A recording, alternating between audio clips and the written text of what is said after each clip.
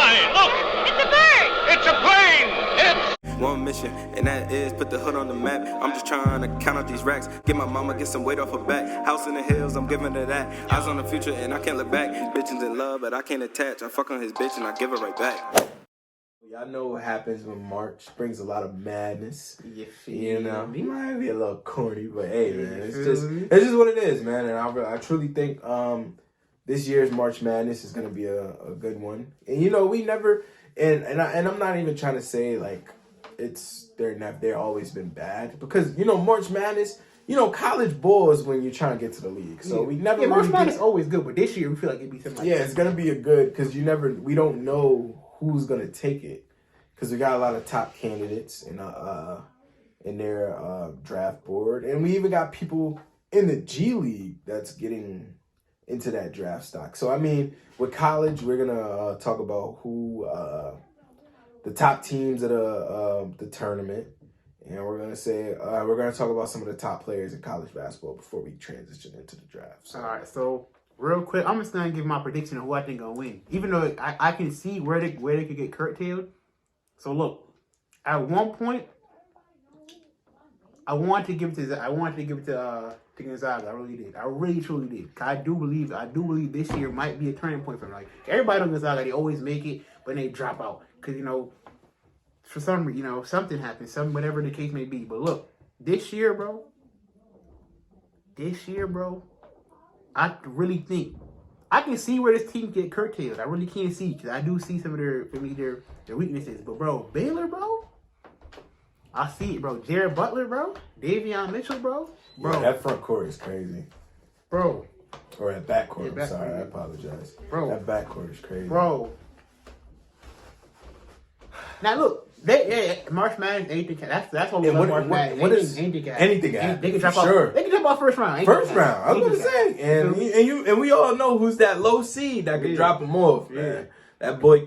Hey, cause we know them boys. Hey, I'm gonna say that's. I want with to get that boy. I want to get that for sure. If Oklahoma, if they could somehow, Oklahoma, they haven't playing bad. If Oklahoma State could slip in, bro, which we think they will, because we all know NCAA. But that. They about their coins, man, and we're not even trying to come at y'all NCAA, but we all know the truth. How else but to make money, but then to put the projected number one pick, who has a pretty, you know, the record, like if they make the tournament, you can't say their record is not like reasonable, up to par. Yeah, so they can make it, like for sure. So why would they not give it to them? For sure, you feel me? So, but I don't even want to see that match. First round, if it could. I don't know how the seeding gonna go. We're gonna talk about this again when Selection Sunday comes, and we're gonna fill our brackets out together, so y'all could join. Yeah, I want to see that for sure. But I want to see Gonzaga versus Oklahoma State, bro. I want to see Suggs and Cade, bro. I want to see Suggs versus Cade. Yeah, and this is a loopy topic only because Gonzaga has a full roster. They do. Not taken away from Oklahoma State's talent. Because yes, y'all are a good basketball team, it shows, but Gonzaga is filled with a lot of talent. Bro, I'll say at least this year 3 of their players are getting drafted. Yeah. And we know when Gonzaga has a top team, they're I'm not gonna call them unstoppable, but they're definitely very talented. They were undefeated when they had Kelly Olynyk as their best player. And I don't think Kelly Olynyk better than Suggs, bro. I mean, at Gonzaga, he probably was, but I'm saying like talent-wise, I think Suggs. You feel me? Yeah, shout out, Jalen Suggs, man. Yeah. I mean, he's been playing great. You know, he's always had a lot of, I wouldn't say hate, but you know how when you get that passion for a sport, people look at you a little different. So shout out people him. Say things. People shout out him for overcoming the odds, playing great basketball.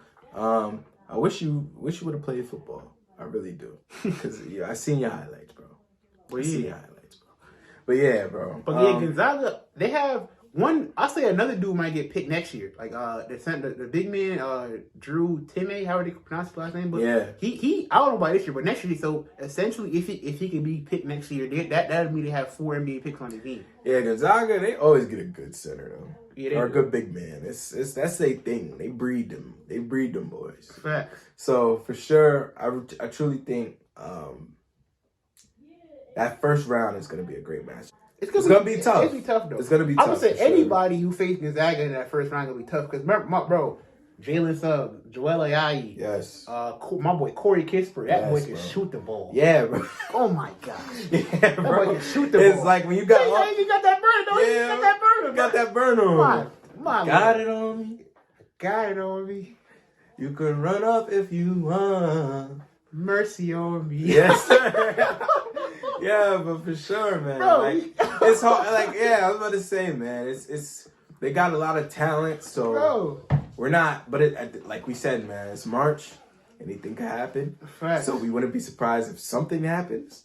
But at the same time, I think we know what our bets is on. Now, we're gonna get into the top draft picks because you know we had a lot of guys that didn't take your typical NCAA route, and it was an interesting.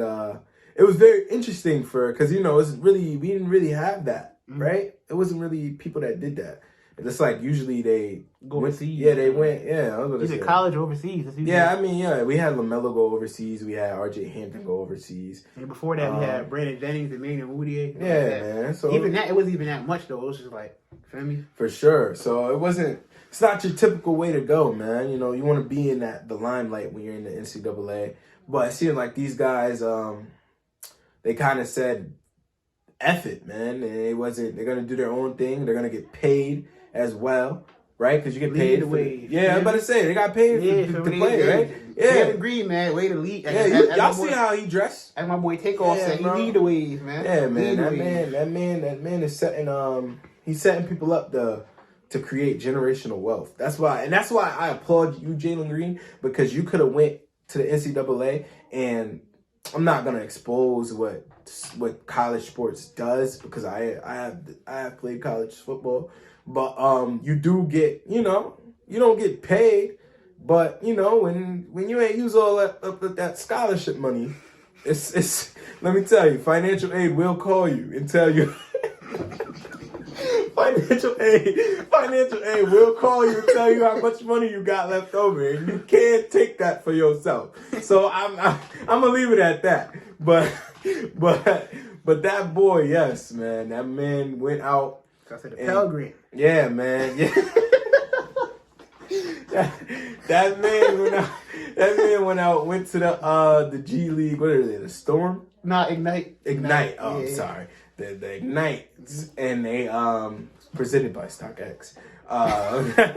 No free advertisement though. Yeah, but for sure they definitely went out and they got paid because they know they're talented, man. And that's why I respect that, and that's why I bring a generational bet on yourself. Because bro, when you bet on yourself, it still works, bro. Don't ever think changing up your wave, and like my man said, you lead your own wave and you will get what you deserve, man. Either way, I was about to say, and that's why I'm happy for Jalen Green, because he's getting paid for his talents. He's getting paid to go out there and bust G League players in the league. I mean, I wouldn't, you know, it's better. It's obviously, but they, you know, they're older and they're like that man is, how old is Jalen? Like 18, 19, yeah, bro. It's hard to go out there and average 17 against ball players that's been cut from NBA teams. Yeah, they have to go play overseas and come back. Like, yeah, bro. Some of these dudes in the G League probably been all around the world playing basketball. All around the world. Yeah, I was about to say, high school. About to say, Jay Wynn just came from the Chinese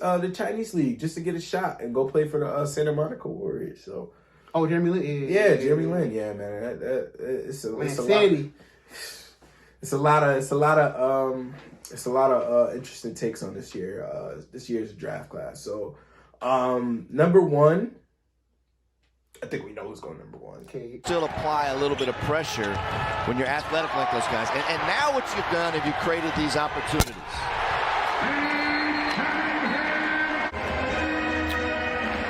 Cunningham gets his hands in right there. Boom. That's back. Cade Cunningham, you know, out of Oklahoma State. That boy, that 6'8" guard at that. You know, it's a talent, very talented, you know. I think what Cade has to work on is, you know, getting consistent with his jumper, but is there. Being like being that tall, being skilled, like IQ, IQ, all around, I think we should go. All around I feel like Cade, even though he has to work on some of his shooting, I feel like he's still a good shooter. You're fat For sure. Because he's not like he's going 1 for 8. Like, he's yeah, I was about to say, he's pretty efficient. And, he'll make that, and then he'll make that jumper when it counts. Facts. So when you got to put the ball in his hands, he's going to do what he got to do. 2, it's a toss-up for me, but who would you say it to? Me? Yeah. All right, it's a toss-up too.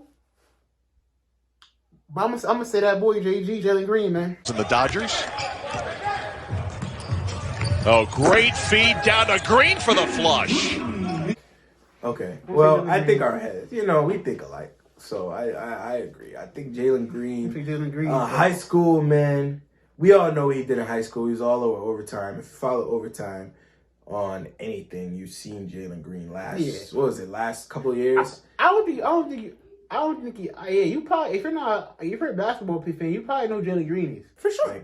I think what people are forgetting is, he's averaging 17, and there's people averaging 25. Shout out my cousin. Shout out my cousin Q, man. He played for the Mad Ants, man. That's the only free shout out this podcast giving. For sure. Every other shout out is send that check. Yeah, for sure. Check, man. Yeah, my cousin Q, man. He played for the Mad Ants. But, he's going out there at 18 years old, averaging 17. Mm-hmm. I mean, you put the average 18-year-old varsity player in that league, I truly think he's not going over 10. No, he's not, bro. Yeah, I was about to say. So it's not easy to do, man. It's not. And, I was about to say, so you got to give talent what talent is due. And even though Mr. Suggs is playing phenomenal basketball, I truly think... we would say Suggs is a close 3.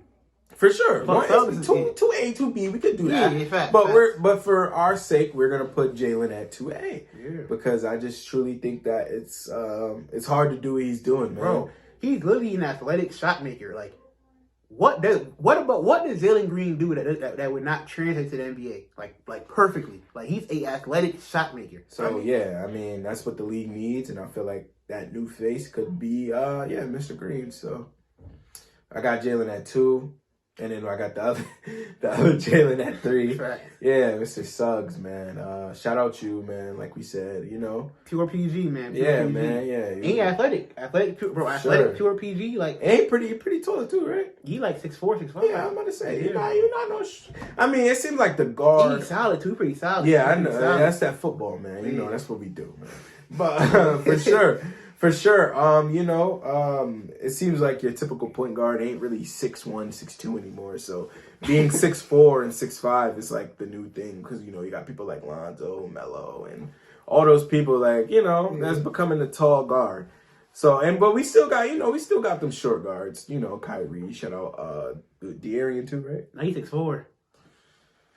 All right, well, it seems like shout out Kyrie, Steph, and CP, man. Yeah, man. It seemed like but it seems like the new guard is kind of big. So I'm gonna keep him in that pure point guard range, even though he's huge. But he score where he need to. He pass. He could rebound for a point guard. He play good defense. And he a leader. His IQ is amazing, crazy, bro. That's a great top 3 off rip. So I don't think any team that gets them 3 players is gonna go wrong. Who you got at 4 and 5? 4 and 5. Oh, Kuminga and Evan Mobley. Okay. Yeah, I was gonna say Kuminga because Kuminga's been floating around as that because I don't know if you guys do not know, he also plays for the Ignite. He's been a decent prospect. He's pretty good in high school. It's crazy. He's better than people thought he was. A lot of people thought he was bully ball, but he actually got skill. He actually could pass and all that. Like he is pretty good. For sure. And shooting not bad. Yeah. Still needs some development, but it's not. Who you say at 5? I'm sorry. Evan Mobley, the center from USC. He's nice, bro. Yeah, man. Nice. I mean, now Evan Mobley, he could put him on the floor. He could shoot, rebound, block shots. He's nice. That's what I'm saying. His draft kind of crazy, bro. But hey. Now, for comparisons, who would you say? Kuminga's like? Yeah. If he asked him more, I see like a little comment, like a little slash. I'm saying slash. Okay. If he asked some comparisons to his game, I'm stupid. If he asked some more wiggle to his game, like for me some more shiftiness to his game. If you get him a bag, he gonna be. I'll say like Jay Tatum, Paul George-ish. Jay Tatum, Paul George-ish. Okay. You feel me? Because he really can play defense, bro. And he athletic. He can pass, bro. Yeah, I know. He can handle the ball. He don't got the wiggle yet. Feel me? Yeah. And I'm not trying to like compare him to I see some Kawhi in him too. I see a little bit Kawhi in him too. Feel me? That's a great. Hey man, if you don't think that's a great comparison, then stop watching the show. Simple. So, now for the center at USC, Evan Mobley. Yeah, I know.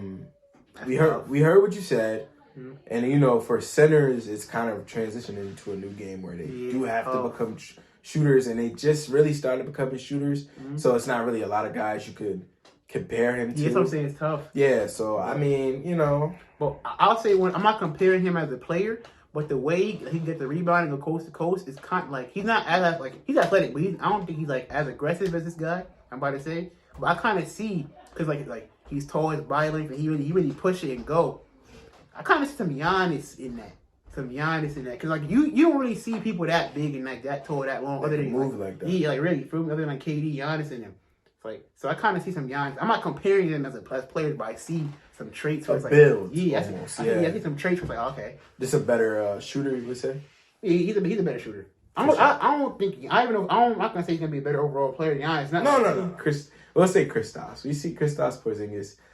We seen him even have that skinny buff transition into the league because you have. Okay, that's actually a good comparison. I was gonna say that. But I wasn't. Yeah. Maybe that's aggressive. Yeah, that's a pretty. Maybe he runs the floor better than KCP. I mean KP because KP, he used to be a little and he'll pass it and then but maybe Evan can take it though. But that's a good comparison still though. I like that comparison. Yep. Mm-hmm. Yeah. So I see. Mm-hmm. Yeah, I see KP. You see, even KP had to build up a little muscle. I don't know if y'all seen because we're Knicks fans. So I mean, we're basketball fans, but we do follow the Knicks a lot. And I truly think that KP was transitioning from his injury, and he put on a lot of muscle. So I think that does help you. So, I mean, if that's what you got to do, Evan, that's what you got to do. But if you feel like you're fine and you go dominate in the league, man, go dominate in the league. Simple. I mean, I can't take away from your game. I know you're a great player. So, yeah, man, that's what I think. So, we'll give KP his comparison. KP/Giannis. And, so it was a great podcast, great talk with my boy, You feel me? Hey, now. Hey man, that was a great podcast. I feel like we brought in a lot of topics that we're at hand right now. I think truly it's only more to come. Hope you guys really enjoy our content. Our next podcast is gonna really dive into the tournament. That's what our focus. That's why we didn't go too crazy in this one. Yeah, because it's gonna be around time of selection Sunday, and around that we're gonna know all the matchups, and we're gonna we're gonna see it's gonna be wavy, bro. Yeah, for sure. And we're gonna do the bracket in the podcast. So I was about to say. So y'all definitely will see where we're coming from our answers. I mean, a bracket's never been 100%. So I truly it's March, anything can happen. So it's the Double Trouble podcast presented by NMH. You feel me? Yeah, we out here. See y'all next episode for sure. Before we end off, man, it's my first time being video with my guys. So I was like, let me give you a dig for the camera real quick. You dig. You feel me? Don't forget to like, comment, and subscribe. Yes, sir, man. You feel me? Double Trouble, man. Coming to you soon, man. Hopefully we gonna see y'all at the top soon, man. For sure. Yeah, I got all this money in my pants. Talking big stacks. Had to tell that bitch to watch her hand. Push your shit back. I be walking with that daddy in my pants. You can't miss that. I know you see the way these diamonds dance. Look, he say he gon' step on who? I'm gon' put him on the news. I just hit a op with the stick like I'm playing pool.